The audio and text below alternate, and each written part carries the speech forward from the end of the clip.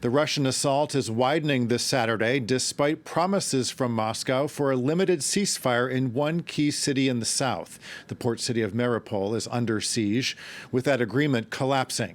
Mariupol is a city of about 500,000 people, and the halt in fighting was meant to allow the evacuation of thousands of civilians. Our Gulliver Craig has been covering the war for us for the last 10 days and has been moving across the region. Gulliver, tonight you're in the city of Lviv, that's in the far west of Ukraine. What's the situation there, and how does it compare to what's happening in other parts of the country? Well, Lviv is the largest city in western Ukraine, and it's really the city where lots of diplomatic missions and also media have chosen as their fallback place, really, where some semblance of normal life continues and it's safe here. But most people here are glued to their smartphones and computers looking at the news that's coming from other places in the country and speaking to people, of course, who are there. And today the news coming out of Mariupol is extremely disturbing and I think compounding a lot of Ukrainians' distrust that they already had of Russia, thinking that they can't be trusted even when they say that they're going to create a humanitarian corridor to let people be evacuated. The evacuation of Mariupol had to be suspended.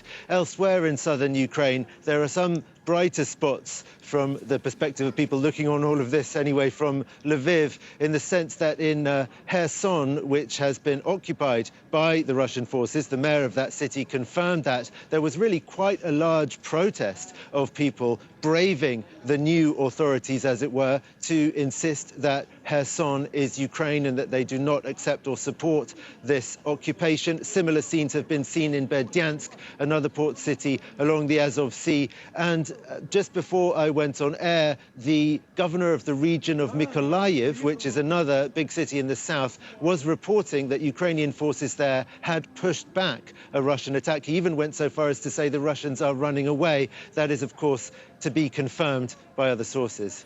Well, Gulliver, meanwhile, President Zelensky remains in the capital despite, many threats to his life.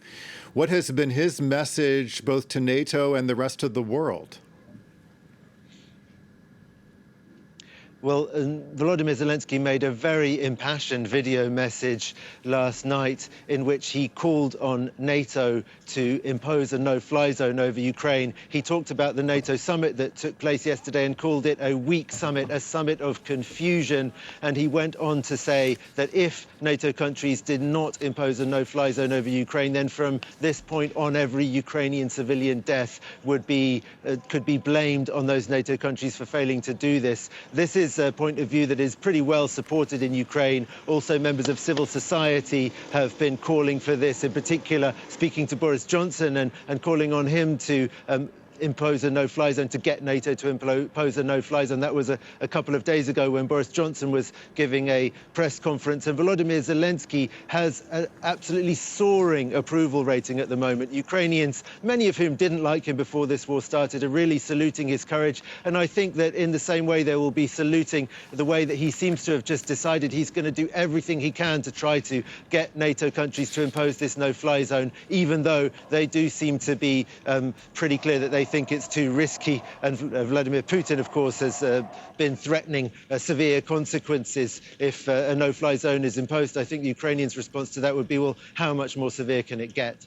Well, Gulliver, as we've been reporting, it's 1.4 million refugees who have made their way out of Ukraine. What's the situation where you are there in the West? Are people trying to make their way out from that direction as well? Well, I spent yesterday and the day before yesterday in Poland, actually, for family reasons. And so we came back into Ukraine today, and crossing into Ukraine, as you might imagine, there was basically no queue at all. We saw the cars lined up on the other side, not only cars, but also large numbers of people, pedestrians trying to cross the border on foot. For several kilometers, the queues tailed back. So clearly there are still a lot of people trying to leave and to cross the border into Poland, though that contrasts with the situation 2 days days previously, actually, when we did manage to cross into Poland, only waiting for a couple of hours. So it seems to ebb and flow the numbers of people who are trying to cross a particular boarding crossing point at any one time. But clearly there are still thousands of people trying to flee Ukraine. I think also there was a new wave of fear, if you like, after Russian forces took control of the Zaporizhzhia nuclear power plant, because the fear that whether or not Vladimir Putin wants to go through with his threat of actually launching some kind of nuclear threat, there's a very real danger of something going wrong at a power plant if fighting is taking place very near to nuclear power plants and if Russian soldiers are taking control of them. Though I should stress that both the Ukrainian and the Russian nuclear authorities have said that currently radiation levels there are absolutely normal and that the plant is functioning as normal, and that Ukrainian workers, though they might not be very happy about the occupation, are still getting on with their job there because they understand that safety at the nuclear power plant is the priority. Okay, Gulliver Craig, thanks for covering all those angles for us. Gulliver Craig reporting tonight from the city of Lviv.